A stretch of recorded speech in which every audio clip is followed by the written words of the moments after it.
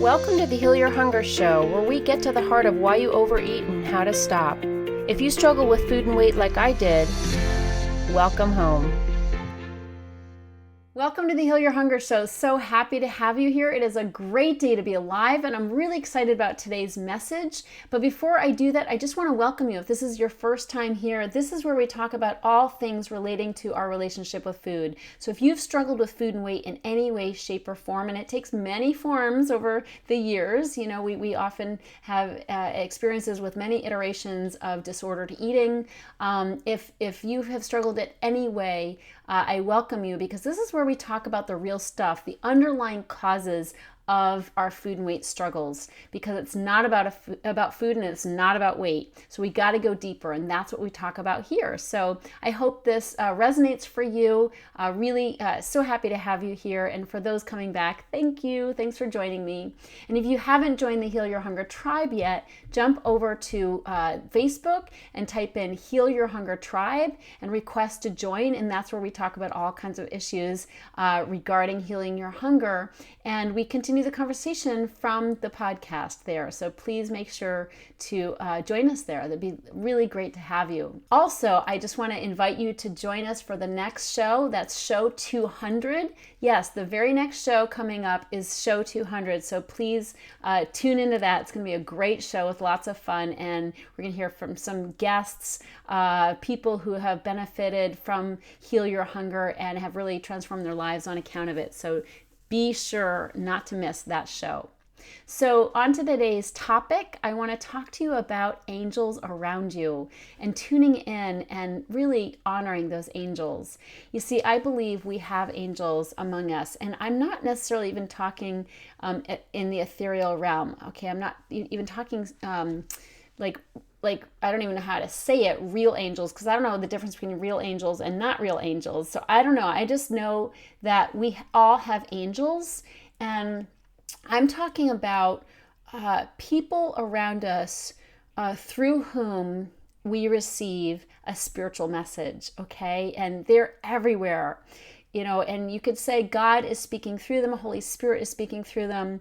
Angels is such a beautiful word. And so I think that's the best description for these people in our lives who are just living their lives, or they're just living, or they're connecting with us, or they're sharing their experiences, or they're on a mission of some kind, and we're witness to that.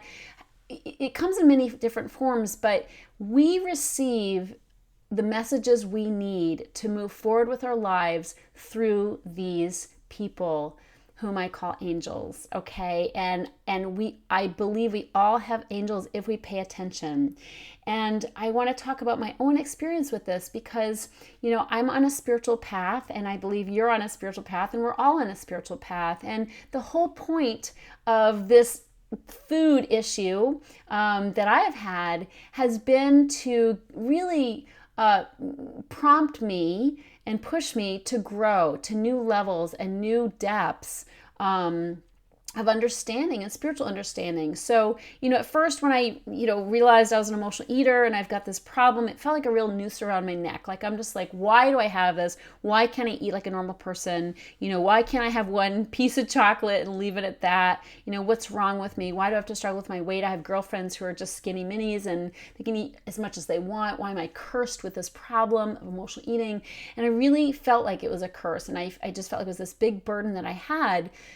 But as I began to recover, I realized that it's not that at all. This, I believe, is something I chose. My soul chose this particular condition. We've all got something to deal with, Roy Nelson is a spiritual healer and the one who gave me so much inspiration and guidance to heal.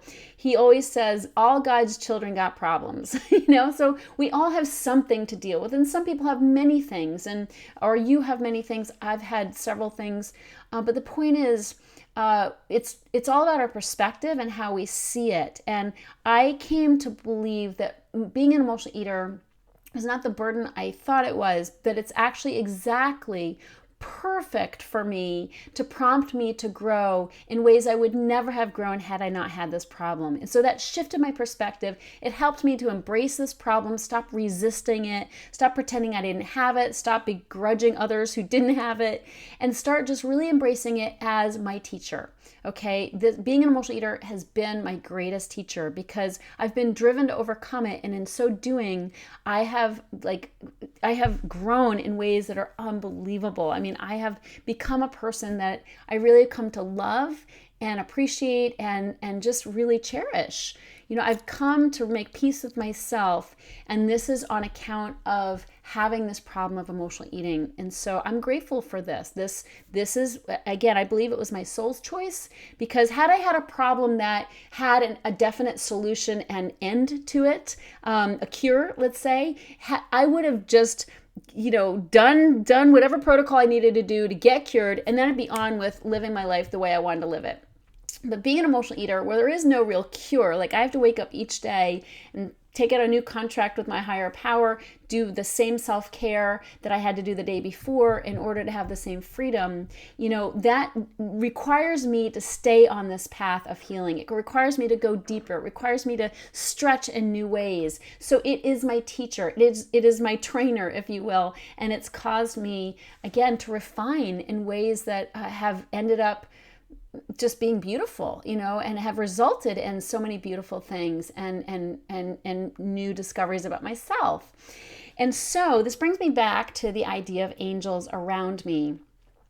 I believe that when I turn my will and my life over to God, every morning I'm on my knees and I say, God, please help me with this day, and I go for my walk, pray, and I have my earbuds in and I'm talking to God and I'm asking for God's help with different parts of my day and just to keep me free from overeating and free from anger and fear and worry and all these things, when I'm connecting with God, and then I go about my day, what's happening for me is God is helping me and supporting me by giving me messages and sources of inspiration that come through other people. So it's not just me and God all day long. Okay, it's not me and God all day long. It's me and God, but God is using people, angels, if you will, in my life to encourage me, speak to me, help me, assist me, guide me.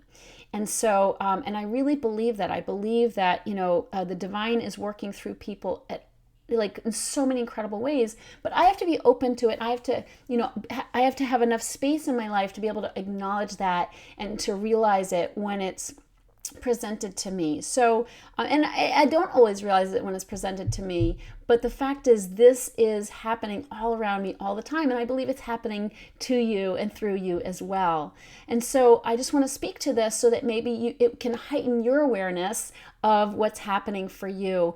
And as an example, if there's something I'm afraid to do, if there's some task I have that I'm afraid to do, or some new course in my life, or a fork in the road I need to take, when I run into people who have taken that kind of fork in the road or made some hard decision, I find that I file that away. When somebody does something courageous, something that I want to do, that I'm afraid to do, I file that and I say, wow, that woman did something very courageous and very hard. I'm afraid to do that, but wow, she did it. Isn't that cool? And I file that away. Somebody else starts a new business or does something really amazing in their business, something maybe I want to do or that could benefit my business to do. I file that. So these are angels in my life who are giving me examples of what it means to be courageous and what it means to follow their heart.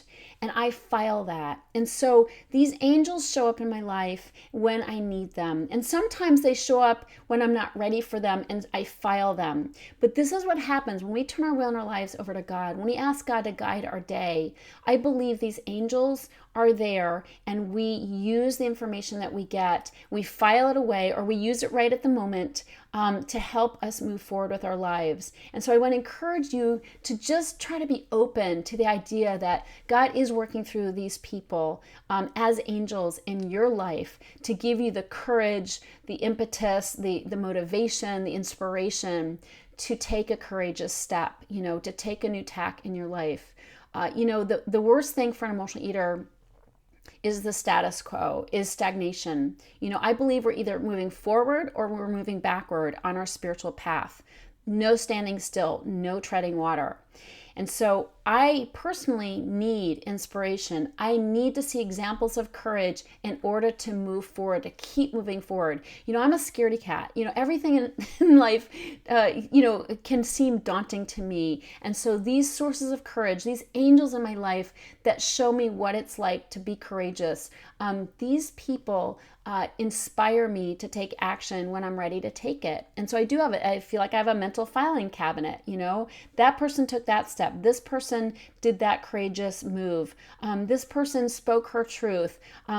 This guy, he faced, against all odds, he faced, his biggest demons. And these things encourage me and they inspire me. And that's the cool thing about podcasts, right? I mean, we can hear so many inspirational stories now through podcasts. I mean, books, of course, but nowadays when we're on the run, podcasts can serve as our inspirational literature in some ways when we hear about inspiring stories. And I just encourage you to keep your eyes and your ears open for inspirational stories, inspirational people, angels who are modeling for you the courageous steps you need and want to take in your life, and eventually follow those steps. Don't just be inspired and then do nothing. Okay, this is about stretching ourselves. I believe as emotional eaters, we must continue to grow and change. We cannot tread water. There's no such thing. We're either moving forward or we're moving backwards. And if we move backwards, we're looking at, staring food in the face again and going down that rabbit hole with overeating. So, it's really important to know that our spiritual path, the teacher that food is there to move us, prompt us to new levels of courage, new levels of growth, new ways of seeing the world that can help us expand and become the person God means for us to be. And this is what's happening for me in my life. My life has changed a lot over the past several years. I've been taking courageous steps to be more aligned with who I believe God meant for me to be. And I have used these angels in my life. These angels have taught me and shown me.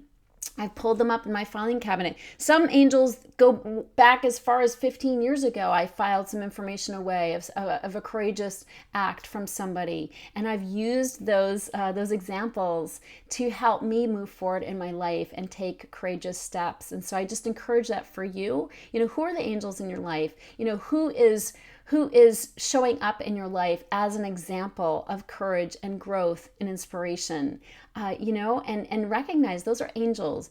Those people have God working through them. Those people have God speaking through them. Sometimes you hear a message, you hear exactly what you need to hear through different avenues, through different angels, that helps you take the next courageous step. So keep your eyes and ears open. Really, really important to know that we do have angels around us, and I believe that these people are there, God is working through them. They're just ordinary people. I mean, it's not like they have wings. It's not like they're there specifically for us, by design.